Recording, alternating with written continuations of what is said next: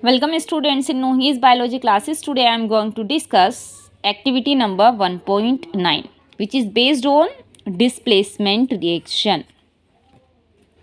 Activity name is iron nails dipped in copper sulfate solution. That means what happened when iron nails dipped in copper sulfate solution. This is the update of this activity. सबसे पहले आप समझिए इस activity में हमने करना क्या है. वो कह रहे हैं हमसे कि अगर हम कॉपर सल्फेट के सॉल्यूशन में, कॉपर सल्फेट का एक्चुअल में फॉर्मूला होता है CuSO4. कॉपर सल्फेट के सॉल्यूशन में अगर हम आयरन नेल्स को डिप करते हैं, आयरन मतलब Fe, सिंबल क्या होता है इसका Fe, और नेल्स का मतलब कील, यानी जब हम आयरन की कील को कॉपर सल्फेट के सॉल्यूशन में डिप करते हैं तो क्या होता है. तो आप सबसे पहले एपरेटस को समझिए. एपरेटस में आपको क्या लेना है. सबसे पहले आपको स्टैंड लेना है. ये स्टैंड, इस स्टैंड के अंदर आपको फिट कर लेनी है टेस्ट ट्यूब, जो कि ग्लास की होती है. टेस्ट ट्यूब लेबोरेटरी में आपको मिल जाएगी. देन आपके पास होना चाहिए थ्रेड. थ्रेड के अंदर आपको टाई करनी है 2 आयरन नेल्स. किसको टाई करना है? आयरन नेल्स को. और इसके अंदर आपको डालना है कॉपर सल्फेट का सॉल्यूशन. देन आपको ये देखना है कि क्या होता है. ये जो ब्लू कलर है ये ब्लू ही रहेगा या इसका कलर चेंज हो जाएगा, ये आपको करना है. तो करने के लिए आपको प्रोसीजर बताया गया है, आपको क्या क्या करना है. एनसीईआरटी आपसे कह रही है टेक 3 आयरन नेल्स, यानी आपको 3 आयरन नेल्स लेनी है एंड क्लीन दैम. इनको क्लीन करना है bye rubbing with sand paper. Sand paper से आपको इनको क्लीन करना है. अब ये सैंड पेपर क्या होता है? सैंड पेपर होता है बेटा रेगमार. इस रेगमार से आपको इन कील को साफ करना है. देन सेकेंड पॉइंट कह रही है NCERT take 2 test tubes marked as A and B, यानी 2 टेस्ट ट्यूब लेनी है. एक को आपको मार्क करना है यानी लेबल करना है ए टेस्ट ट्यूब, दूसरी को लेबल करना है B. In each test tube take about 10 ml of copper sulphate solution. और ए और बी टेस्ट ट्यूब दोनों के अंदर आपको 10 ml कॉपर सल्फेट सॉल्यूशन डाल देना है. देन आपको क्या करना है? Tie 2 iron nails. 2 iron nails को आपको टाई करना है अ थ्रेड की हेल्प यानी धागे की हेल्प से. And immerse them carefully in the copper sulphate solution. और इस धागे से कील को आपको लटका देना है कॉपर सल्फेट के सॉल्यूशन में. Test tube B for about 20 minutes. Test tube B के अंदर आपको ये प्रोसेस करना है. 20 मिनट्स के लिए आपको इस टेस्ट ट्यूब को यानी पूरे सेटअप को छोड़ देना है. Keep 1 iron nail aside for comparison. Then आपको क्या करना है? एक आयरन नेल्स को क्या करना है? इसके अंदर छोड़ना है. After 20 minutes take out the nails from the copper sulphate solution. 20 minute के बाद आपको आयरन नेल्स बाहर निकालनी है कॉपर सल्फेट के सॉल्यूशन से. देन आपको देखना है compare the intensity of the blue colour of copper sulphate solution in test tubes, यानी जो आपका ब्लू कलर का सॉल्यूशन था उस सॉल्यूशन का कलर क्या हुआ है ये आपको ऑब्जर्व करना है.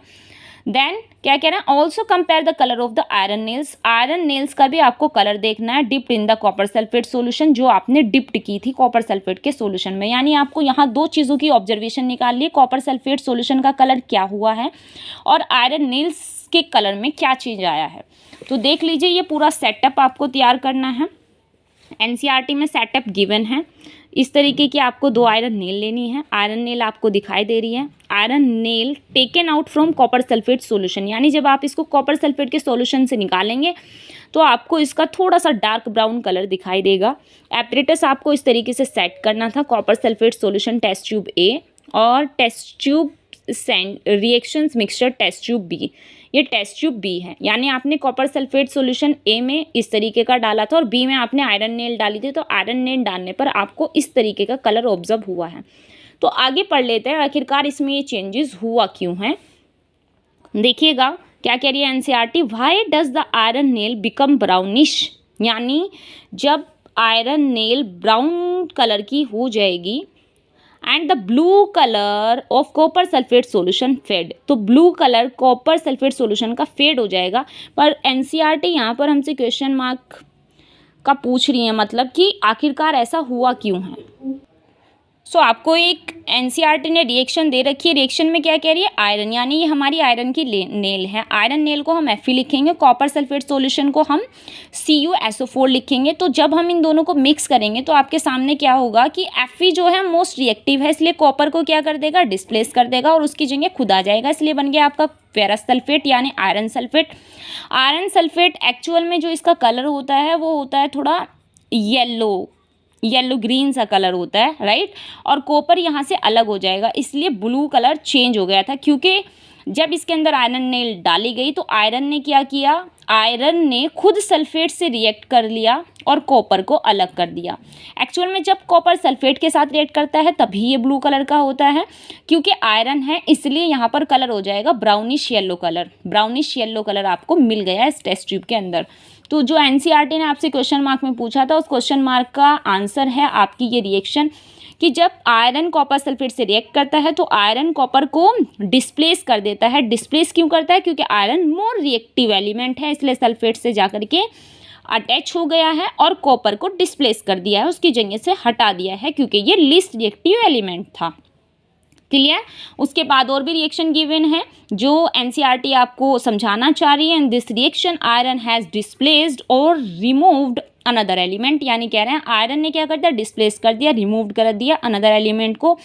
जैसे कि आपके सामने क्या था, कॉपर फ्रॉम कॉपर सल्फेट, यानी कॉपर सल्फेट से किसको रिमूव किया, कॉपर को। किसने किया, आयरन ने किया है, right. This reaction is known as displacement reaction, इसलिए इस रिएक्शन को कहा गया है डिस्प्लेसमेंट रिएक्शंस। इस डिस्प्लेसमेंट रिएक्शन के बहुत सारे एग्जाम्पल होते हैं। अगर आप ये वाली जो नेल्स हैं, अगर आप इसको जिंक की नेल्स लेते तो जिंक आप कॉपर सल्फेट के सॉल्यूशन में डालेंगे तो क्या बन जाएगा, जिंक सल्फेट, और कॉपर रिमूव्ड हो जाएगा। अगर आप यहाँ पर लेड लेंगे, लेड मीन्स यानी आप कोई ग्लास का एपरेटस यहाँ पर डालेंगे जिसके अंदर लेड हो, तो वो क्या करेगा, लेड को डालना होगा आपको क्यूप्रिक क्लोराइड के अंदर, और जैसे ही आप क्यूप्रिक क्लोराइड के अंदर, यानी क्यूप्रिक क्लोराइड होती है ये, राइट, जैसे ही क्यूप्रिक क्लोराइड में लेड ऐड होगा तो बन जाएगा लेड क्लोराइड और कॉपर हो जाएगा आउट। तो ये सभी एग्जाम्पल हैं डिस्प्लेसमेंट रिएक्शन के, ये आपको अच्छे से कर लेने हैं, बहुत इंपॉर्टेंट है। Thank you.